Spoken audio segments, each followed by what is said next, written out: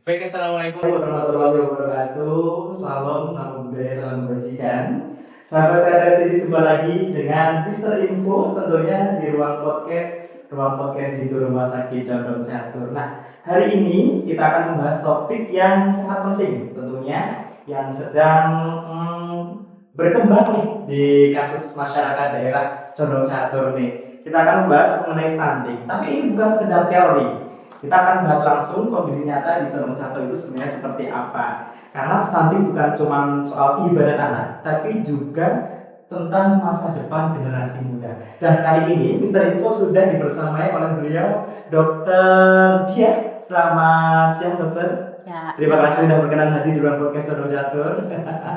Juga terima kasih Pak Reno selaku lurah dari Kelurahan Condong Catur. Terima kasih sudah berkenan hadir di ruang podcast Condong Catur. Nah, selanjutnya langsung saja nih para pemirsa, teman-teman langsung siaran dari Rumah Sakit Condong Catur. Kita akan bahas terlebih dahulu bersama Dokter Dia. Sebenarnya stunting itu apa sih, Dok? Mungkin bisa dijelaskan dulu untuk masyarakat awam. Karena ada masyarakat awamnya stunting itu hanya sekedar tinggi badannya kurang seperti saya. Ya, terima kasih Mas. Stunting itu sendiri tuh gangguan pertumbuhan kronis ya, dia tuh kronis tuh udah berlangsung lama gitu. Jadi tidak hanya saat itu pengukurannya, tapi harus ke belakang diukur. Jadi memang dari berat lahirnya, bahkan dari kandungannya gitu. Jadi dia gangguan pertumbuhan yang sudah berlangsung kronis atau lama dan menyebabkan gangguan di kemudian hari gitu. Jadi tidak hanya tinggi badannya gitu. Memang tinggi badannya dilihat. Jadi akan tinggi badannya dengan umur itu akan kurang dari -2 standar deviasi kalau di kurva itu ya, kurva WHO. Nah, tapi selanjutnya di kemudian hari itu juga akan berdampak pada konsentrasinya, kemudian pola pikirnya, kemudian IQ-nya itu juga akan tergantung dari itu, dari stunting itu tadi. Oke. Jadi sebenarnya stunting itu bisa dilihat sejak masih dalam kandungan juga. Betul. Jadi perkembangan dari misalkan hamil sekian bulan, kok berat badannya masih sekian, itu termasuk gejala stunting juga. Iya, cuman memang makanya kan kalau dari ibu hamil itu bahkan dari sebelum dia hamil tuh sudah harus dipersiapkan kehamilannya gitu. Jadi harapan kita tidak ujuk-ujuk hamil gitu. Maksudnya periksa tiba-tiba udah kandungan 4 bulan, 5 bulan gitu kan seringnya gitu ya, nggak tahu hamil. Betul, sering banget kayak gitu. Kalau di sini kan sering banget kayak gitu, tiba-tiba udah hamil mau melahirkan aja udah di USG tuh ternyata udah mau bukaan berapa gitu. Tapi kan harusnya dipersiapkan sejak sebelum dia hamil. Si ibu itu hamil. Jadi dia udah harus konsumsi suplementasi kayak seperti asam folat contohnya gitu. Jadi dari situ tuh sudah dipersiapkan nutrisi si ibu dan si bayi, calon bayi yang akan dikandung gitu. Jadi nanti sudah siap tuh dia. Pada kasus yang sering berkembang tuh kan tahu-tahu periksa sudah harus sekian bulan nggak sadar gitu ya. Benar. Ternyata berdampak juga. Kita harus mengetahui biasanya kita lebih ke program hamil seperti itu ya. Jadi program hamil itu juga sebenarnya bukan sekedar kata-kata aja sih, sebenarnya itu memang perlu sekali untuk kita semuanya. Perlu direncanakan punya anak seperti itu, tidak yang ujuk-ujuk. Baik, dokter, kita lanjut ke pertanyaan selanjutnya nih. Banyak orang masih menganggap ini cuma soal anak pendek tadi ya. Namun sebenarnya apakah dampaknya apa dok kepada anak ini? Mungkin apakah terkait dengan otak, kecerdasan, atau kesehatan jangka panjangnya ke depannya akan seperti apa? Jadi kalau untuk masa depannya itu kalau si anak tadi itu selain tinggi badannya yang akan lebih pendek dari teman-temannya tuh juga nanti IQ itu juga semakin dia masih tidak bertambah itu tingginya atau stuntingnya tidak teratasi. Nah itu tuh akan berkurang sekitar 10-11 IQ-nya itu per tahun atau bisa saat pengukuran ya itu dilihat. Lalu selain itu juga konsentrasinya di sekolah, lalu prestasinya juga bisa turun gitu. Terus kemudian selain itu untuk kesehatan anaknya sendiri nanti dia juga bisa jadi lebih rentan terhadap sakit-sakitan gitu. Lebih mudah sakit dia, betul. Imunitasnya juga ikut turun kayak gitu. Oke. Kemudian dokter, sebenarnya untuk stunting ini, untuk para pemirsa nih, untuk sahabat sehat RCTI agar lebih tahu penyebab utama dari stunting itu sebenarnya apa sih? Iya, kalau di Indonesia sendiri itu penyebab utamanya memang itu tadi ya, kehamilan yang memang belum terencana dengan matang. Jadi memang kan kita sudah harus mempersiapkan 1000 hari pertama kehidupan anak itu ya, tapi 1000 itu udah dihitung dari kandungan.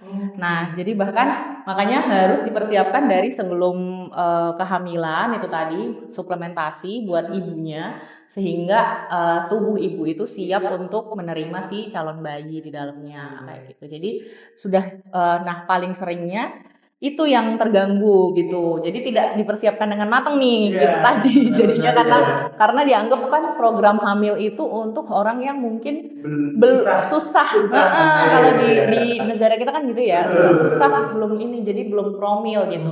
Padahal promil itu sudah harus dipersiapkan, udah harus diedukasi saat si ada mempelai pria, mempelai wanita itu udah dari itu udah menikah, apakah dia akan menunda atau dia memang mau langsung punya anak kayak gitu. Jadi sudah harus dipersiapkan. Jadi sebenarnya kasus mohon maaf ya, kasus dia hamil sebelum nikah itu sebenarnya bahaya juga ya.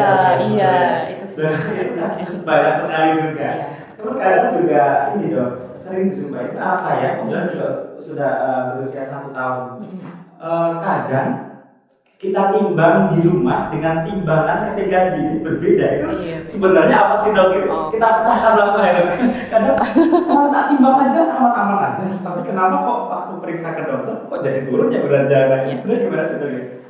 Masalahnya timbangan di rumah dan di rumah sakit atau di tempat lain tuh berbeda. Jadi kalau mau membandingkan timbangan dan ukuran tinggi badan itu memang sebaiknya di satu tempat. Jadi kalau di rumah ya bandinginnya sama timbangan rumah aja.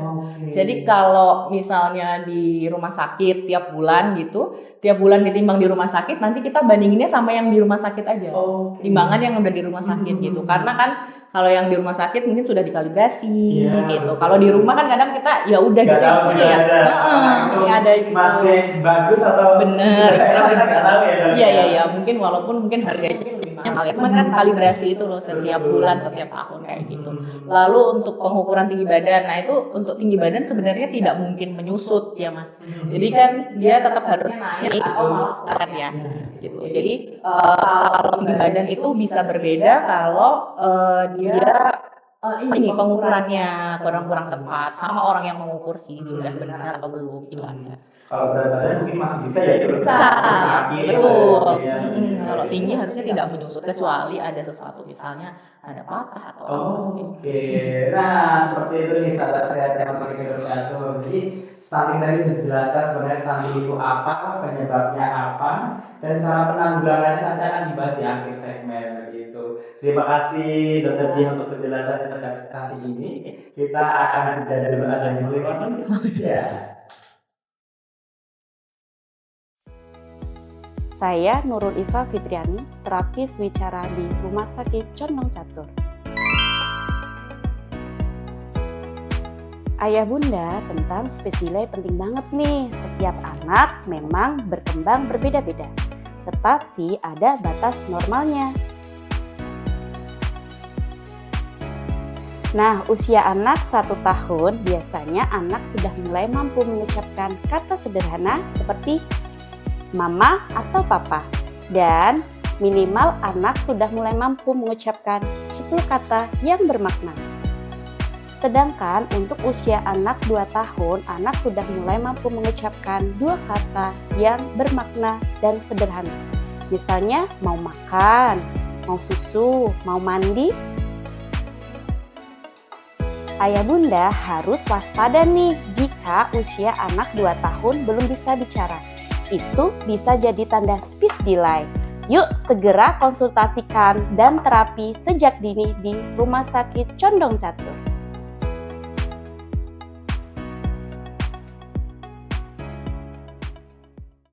Baik, sahabat sehat RCTI, jumpa lagi dengan Mr. Info di segmen 2. Kita masih membahas terkait mengenai stunting nih. Tadi sudah kita bahas mengenai stunting terkait dengan dunia kesehatan atau dari segi pandangan dunia medis atau dokter seperti itu.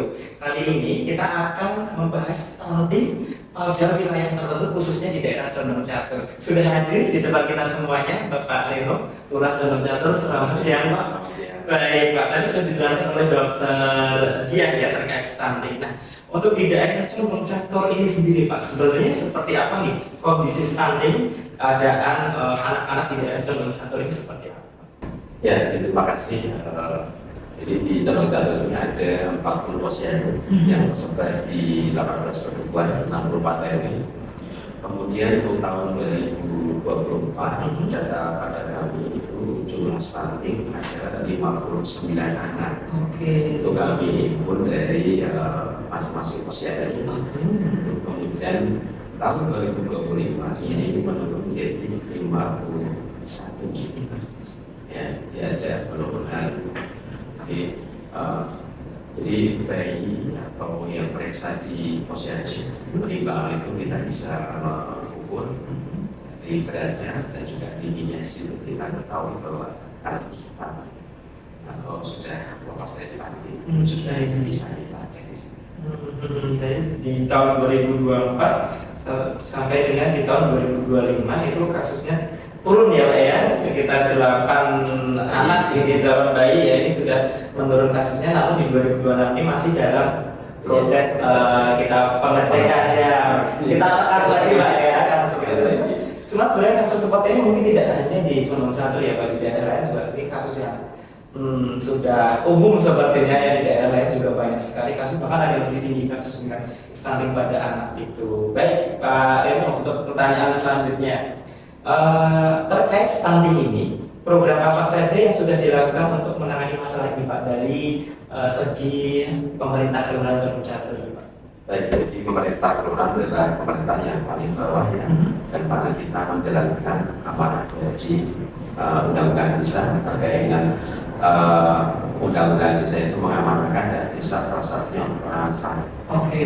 Nah, peran stunting untuk kita yang pertama adalah bagaimana kita memberikan bantuan kepada posyandu ya, 40 posyandu ini supaya nanti di masing-masing posyandu itu mempunyai operasional terkait juga penanganan stunting. Yang kedua, kita ada tim dasar yang dapur untuk mengatasi stunting, di mana itu dari puskesmas ya, kalau isinya seperti apa nanti kita bikin manual yang nantinya kita sampaikan pada data anak-anak yang tadi stunting yang ke rumah masing-masing, pastikan itu dikonsumsi.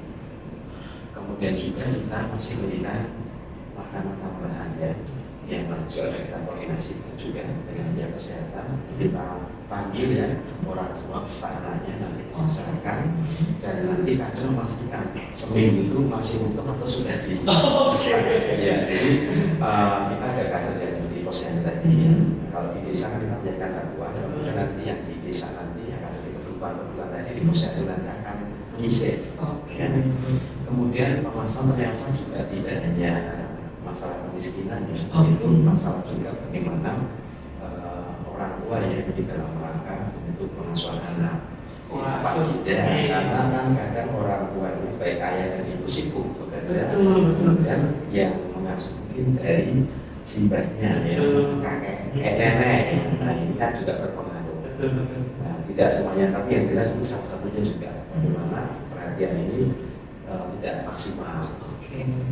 Nah, ini kita merangkum dari beberapa kasus yang ada di posyandu yang ada di kedua-dua. Dengan adanya program tersebut, ya alhamdulillah dari 59 ada kita sisir ya, kita maksimalkan, kemudian masih ada bisa kita turunkan jadi kalau masih banyak kan, tapi masih kita coba tahun ini kita tekan lagi. Yang harapannya nanti akan kasus stunting ini bisa mungkin bisa di Condong Catur ini akan nol Pak ya. Sebuah kecapian sekali ya di kasus Condong Catur ini, jadi anak-anaknya bisa tumbuh dengan sehat seperti itu dengan cara dari pemerintah Kelurahan Condong Catur tadi ya, dengan cara memberikan gizi dengan makanan, bahkan sampai kebersihan, bahkan sampai telusur ke rumah apakah sudah dimakan atau belum. Jadi pendampingan ya, kadang nanti yang makan orang lain begitu.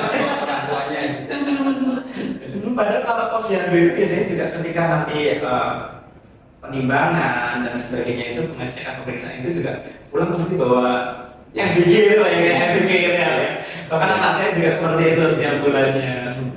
Jadi wah, ini sebenarnya sudah program bagus sekali dari pemerintah akan orang teratur membuat beberapa ibu yang memiliki anak, kadang orang tua itu mungkin dokter ya, karena orang tua itu merasa sakit hati kalau anaknya katanya stunting gitu ya. Itu banyak kasus sekali, termasuk saya ada. Karena kadang ini berat badannya kan sekali, ini stunting ya, padahal mungkin dari segi orang tua kadang ini padahal sudah kita kasih juga yang terbaik, susu, makan makanan bergizi, mungkin seperti itu. Tapi nggak tahu kenapa kadang berat badan anak juga susah sekali itu hal yang mungkin para orang tua dari balita itu kadang malas untuk ke posyandu, kadang karena merasa sakit hati. Padahal jangan ya Pak ya, itu sebenarnya untuk memantau kesehatan anak-anak kita sendiri. Kalau yang orang tuanya mungkin orang nakes mungkin akan lebih aman ya, sedikit lebih aman. Cuma kalau untuk yang orang tua yang masih awam, kadang seperti saya seperti ini juga perlu sekali untuk ke posyandu dulu, karena di posyandu itu juga pemerintah Kelurahan Condong Catur ini sepertinya saya pernah ini ya bekerja sama dengan Rumah Sakit Condong Catur terkait pola asuh anak, seperti penyuluhan seperti itu, bagaimana sih cara mengasuh anak agar anak tidak stunting. Kita bekerja sama dengan posyandu seperti itu. Baik Pak Reno, kita lanjut di pertanyaan yang ketiga ya Pak. Ini untuk tantangan terbesar yang Bapak hadapi di lapangan ini terkait stunting ini seperti apa Pak? Baik ya, jadi di sebetulnya masyarakat Condong Catur kan heterogen ya, banyak data, dan juga kita yang penting pada saat ini mempunyai data yang valid ya terkait yang nimbang ya, yang anak-anak yang dilansisir ya. Nah ini kadang-kala kan kita kalau di rumah-rumah atau yang mungkin kurang komputer posyandu itu kita kadang sulit. Makanya itu kami mengajak, ayo kita sama-sama bahwa anak adalah aset bangsa. Itu yang terpenting bagaimana kita yang terdekat, pelayan terdekat, yaitu di posyandu. Dari situ saya sendiri ya, kalau posyandu sebelum Catur itu kadernya sudah terlatih semua. Itu bahkan di dinas kesehatan semua mendapatkan istilahnya sudah ada istilahnya sertifikasi yang mereka paham terkait dengan bagaimana mengelola posyandu. Kemudian juga ada dari untuk mengejar Rumah Sakit Condong Catur mengganggu posyandu di sekitar kampung Gempol ya, sekitarnya juga ada. Itu juga penting. Kemudian rumah sakit lainnya ya, itu salah satu juga penguatan yang kolaborasi. Nah ini kalau tantangan kita tadi, gimana kita menyisir sebanyak mungkin anak-anak yang ada di sekitar posyandu ini, baik yang mungkin penduduk asli maupun yang pendatang. Seperti kami punya datanya, sehingga jangan sampai tiba-tiba udah pada kondisi yang mungkin berat ya, karena kita mengatasinya. Mungkin terlalu kecil, terlalu kurang gizi dan lain. Mudah-mudahan nanti dengan kita sama-sama aware ya, itu nanti tantangan bisa kita sedikit kita berkaya sama-sama. Oke, nah semoga ini untuk Bapak Ibu orang tua dari balita, tentunya di daerah Condong Catur khususnya ini sudah bagus sekali loh. Untuk kader-kadernya pun juga sudah terlatih dan tersertifikasi oleh Dinas Kesehatan Kabupaten Sleman begitu ya Pak ya. Juga posyandu-posyandu di daerah Condong Catur ini juga sudah bekerja sama dengan rumah sakit yang berada di sekitarnya. Jadi jangan khawatir, karena kan ada orang tua yang Allah kader ini ya, karena dari pemerintah aja sudah melakukan sedemikian rupa agar Bapak Ibu semuanya itu aware terhadap anak-anaknya. Seperti itu ya Pak ya. Semoga nantinya kasus stunting di daerah Condong Catur ini akan semakin menurun Pak ya. Akan kita ciptakan generasi bangsa yang hebat nanti ya, menuju Indonesia Emas. Sebelum Indonesia Emas nanti kita menuju ke Condong Catur Emas. Oke, sahabat ZRCC, kita sudah selesai di segmen 2. Ini ada yang mau lewat lagi. Tetap pantengin ruang podcast di Rumah Sakit Condong Catur. Nanti akan kita lanjutkan di sesi 3.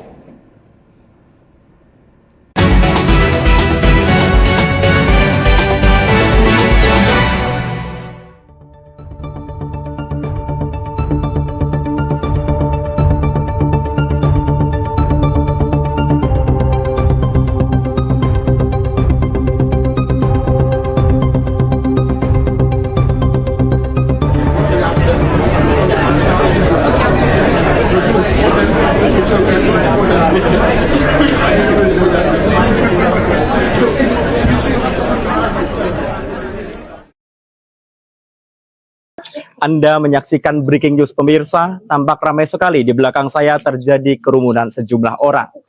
Ini bukan demo dan ini bukan komplain.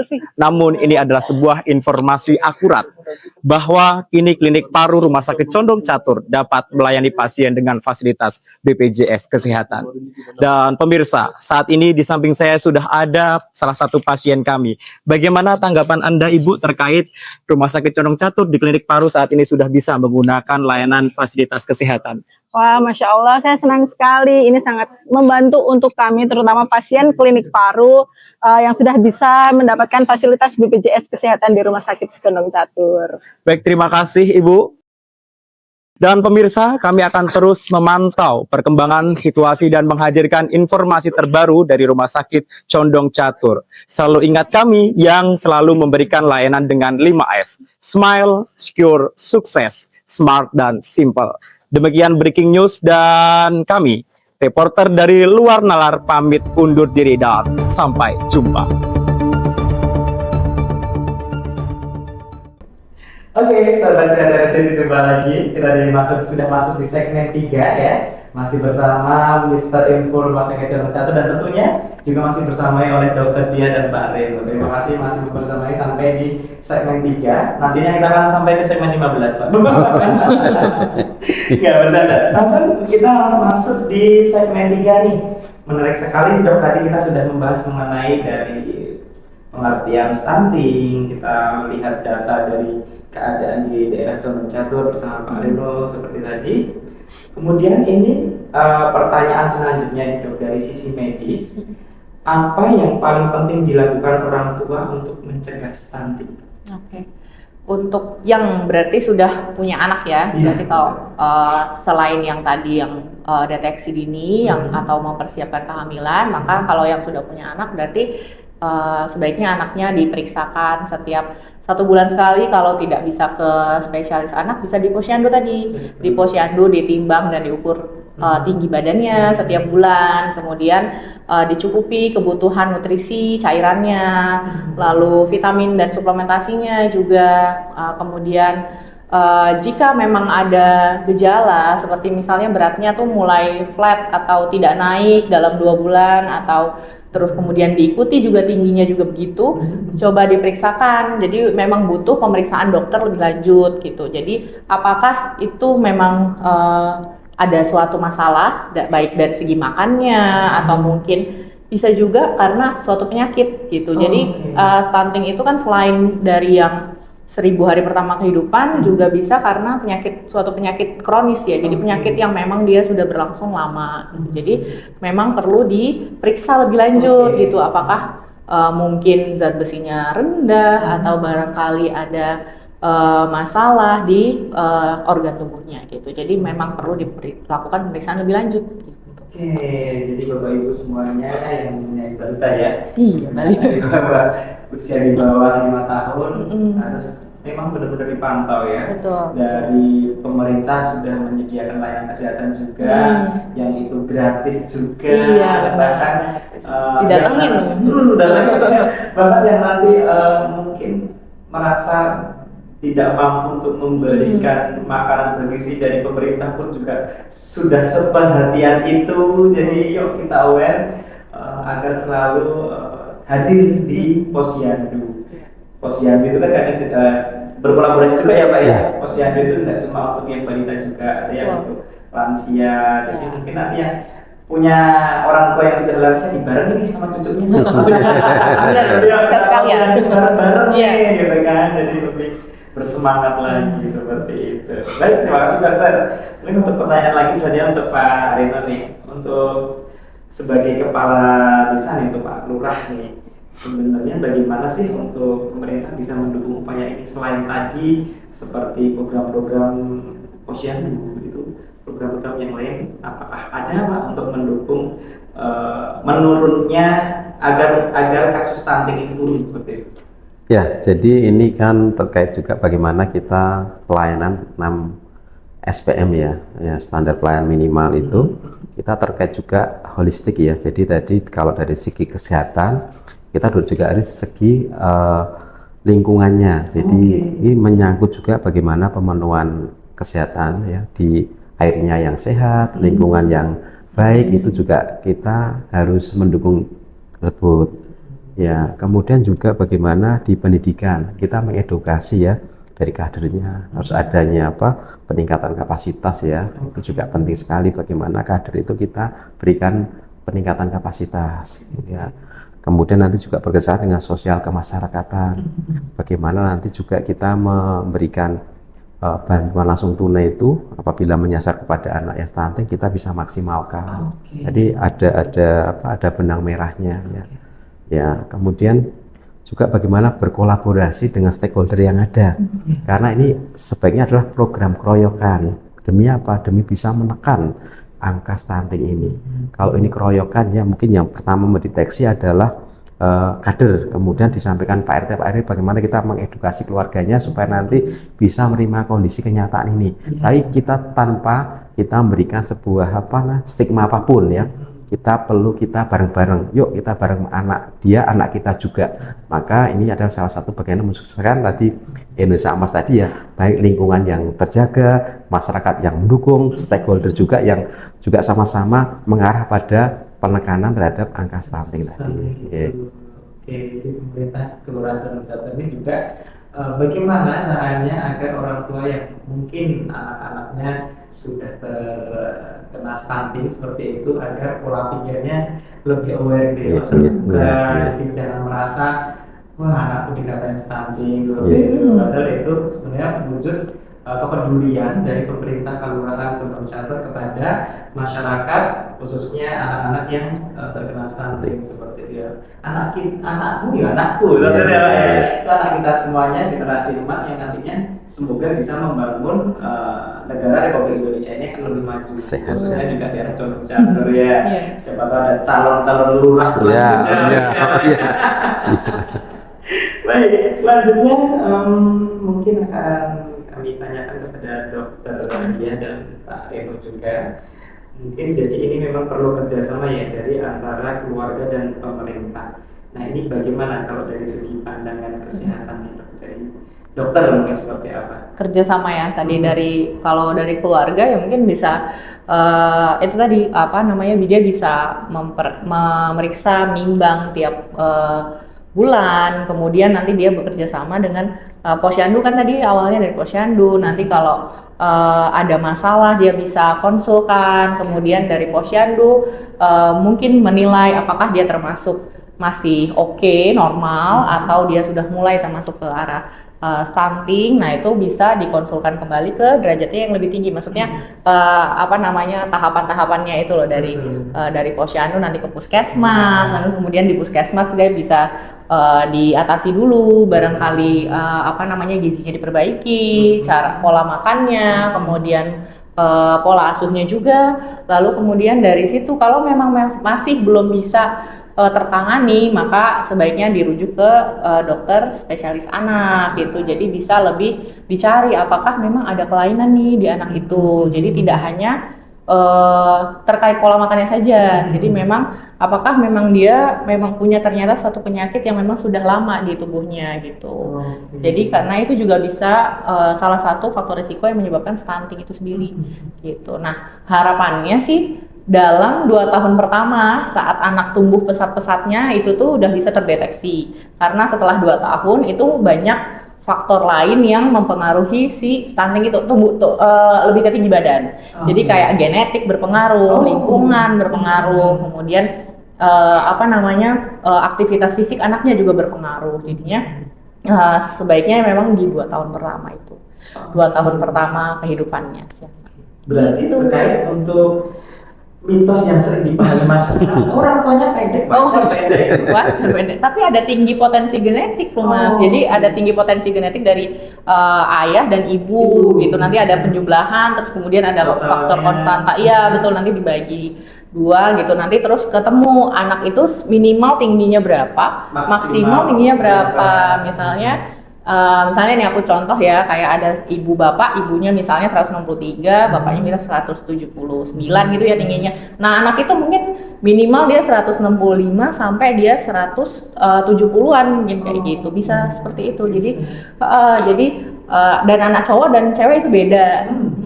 Jadi itu yang mengaruhin selain genetik itu tadi bisa ke aktivitas fisiknya. Jadi memang dari kecil sudah kita biasakan untuk aktivitas fisik. Oke. Masih kecil masih sudah suruh bantu-bantu begitu ya. Ya masuk olahraga. Olahraga. Berarti untuk aktivitas fisik untuk olahraga di sekolah mungkin itu juga Iya, diperhatikan ya? betul. Lari atau main sepeda dengan temannya gitu seminggu misalnya 3 kali lah minimal. Terus kemudian ada olahraga permainan, main bola, basket atau apapun, raket, renang. Kalau renang kan yang endurance ya. Jadi yang itu yang aktivitas fisik yang tadi permainan dan yang endurance itu. Jadi memang harus ada dua. Sebaiknya. Seperti itu ya sahabat sehat RSCC. Jadi tinggi badan orang tua juga sebenarnya tidak ini ya. Iya, pengaruh tapi tidak terlalu. Itu memang pengaruh tapi tidak terlalu. Jadi semuanya tetap bisa diatasi dengan bagaimana pola asuh kedua orang tua dan keluarga. Betul, ya. supportnya. Kadang seperti yang disampaikan Pak Reno tadi, kadang karena saya ngomong simbahi, simbah itu kan kadang yang penting menang gitu. Padahal nanti dari pola gizi kadang yang sebenarnya itu makanan yang belum boleh diberikan kepada anak tapi sudah diberikan kadang seperti itu. Mungkin seperti kasus-kasus teh pada anak begitu juga akan menghambat penyerapan zat besi begitu ya. Betul. Teh, kopi. Ya, jadi mohon hati-hati untuk Bapak Ibu yang anak-anaknya mungkin karena sibuk bekerja ya, kita semua memang tidak bisa dipungkiri ya.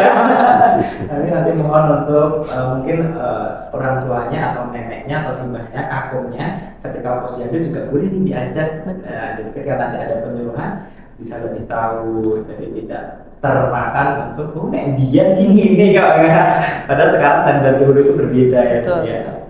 Baik, sebelum kita tutup segmen terakhir ini, Dokter dan Pak Reno, mungkin ada pesan atau ajakan untuk masyarakat dari segi medis dan nanti dari segi pemerintah. Nanti dari medis dulu ajakan untuk masyarakat monggo. Oh iya. Untuk masyarakat ya kita tuh untuk mempersiapkan generasi emas nanti yang 2045 ya katanya stunting 5% itu ya kita dari sekarang tuh sudah harus mempersiapkan kalau mau program kehamilan gitu. Di program kehamilan sudah harus dipersiapkan dengan baik suplementasinya si ibu itu tadi, nutrisinya juga harus baik, tidak kekurangan energi ya, jadi tidak terlalu kurus gitu. Nah, kemudian selama kehamilan suplementasi dijaga, kemudian nutrisi dan cairan dicukupi, dan setelah lahir juga harus kita pantau tumbuh kembang anaknya itu tadi, jadi baik dari berat badannya, tinggi badannya, kemudian perkembangannya secara umum baik di umur 1 bulan sampai berikutnya gitu. Kemudian selain itu yang penting lagi nih, jadi makanan terbaik anak di bawah 6 bulan itu cuma ASI. Jadi kita usahakan ASINya itu berkualitas dan eksklusif gitu. Jadi tidak serta-merta kalau hari pertama belum keluar tuh langsung sufor. Gitu. Iya, seringnya begitu. Jadi termasuk saya sih. Iya gitu. Jadi jangan khawatir karena memang di 3 hari pertama kehidupan itu kalau tidak ada masalah nih di bayinya, tidak ada gangguan secara keseluruhan ya sistemiknya, nah itu tidak masalah dia sebenarnya tidak konsumsi apapun. Karena masih membawa. Betul. Jadi dia cukup stimulasi aja dia langsung menyusu ke ibunya. Jadi 6 bulan pertama itu ASI eksklusif adalah yang paling dianjurkan oleh dokter anak Indonesia. Kemudian berikutnya MPASI-nya kita cukupi kebutuhannya. Gitu. Baik, terima kasih dokter untuk saran pesan untuk seluruh orang tua yang memiliki anak atau bahkan untuk calon pengantin ya. Seperti itu. Baik, dari segi pemerintah Kelurahan Condong Catur, Pak Reno monggo untuk pesan dan kesan atau ajakan untuk masyarakat daerah Condong Catur ini khususnya seperti apa, Pak? Ya, baik, karena anak adalah aset kita semua, aset bangsa. Yang kedua adalah amanah dari Allah Subhanahu wa taala. Maka kita semua perlu jaga anak kita. Dengan apa? Mari saya mengajak untuk keluarga-keluarga yang mempunyai anak masih di bawah 5 tahun, saya anjurkan untuk kita ke posyandu supaya nanti kita bisa memastikan kesehatan anak kita. Dan setiap bulan kami siap menerima anak-anak dari Bapak Ibu sekalian di warga Condong Catur Insya Allah dengan demikian nanti kita bisa bersama-sama menekan angka stunting yang ada di Condong Catur. Oke, tepuk tangan dulu buat dokter Ger. Pak Reno luar biasa. Dari dokter dia sudah memberikan pesan dan kesan. Dari Pak Reno juga sudah memberikan pesan dan kesan. Dari saya sendiri juga ada pesan dan pesan untuk teman-teman semuanya para kaula muda, Pak Reno, dokter ya, yang bahwasanya menikah itu bukan tentang usia, tapi semuanya tergantung kesiapan finansial, mental, dan semuanya yang ada pada diri kita ya. Kadang ojo buru seneng, ojo buru cinta tok. Kita harus memikirkan masa depan, terutama masa depan anak-anak kita. Baik, kita coba sekian podcast kesehatan hari ini bersama orang podcast Rumah Sakit Condong Catur. Saya Mr. Info, pamit undur diri. Dokter Dia, terima kasih. Pak Reno, terima kasih sudah menyempatkan hadir di sini. Sampai jumpa di podcast selanjutnya. Akan kami sampaikan materi-materi dan ilmu-ilmu mengenai kesehatan bersama ruang podcast Rumah Sakit Condong Catur. Akhir kalam dari saya Taufik Hidayat. Wassalamualaikum warahmatullahi wabarakatuh.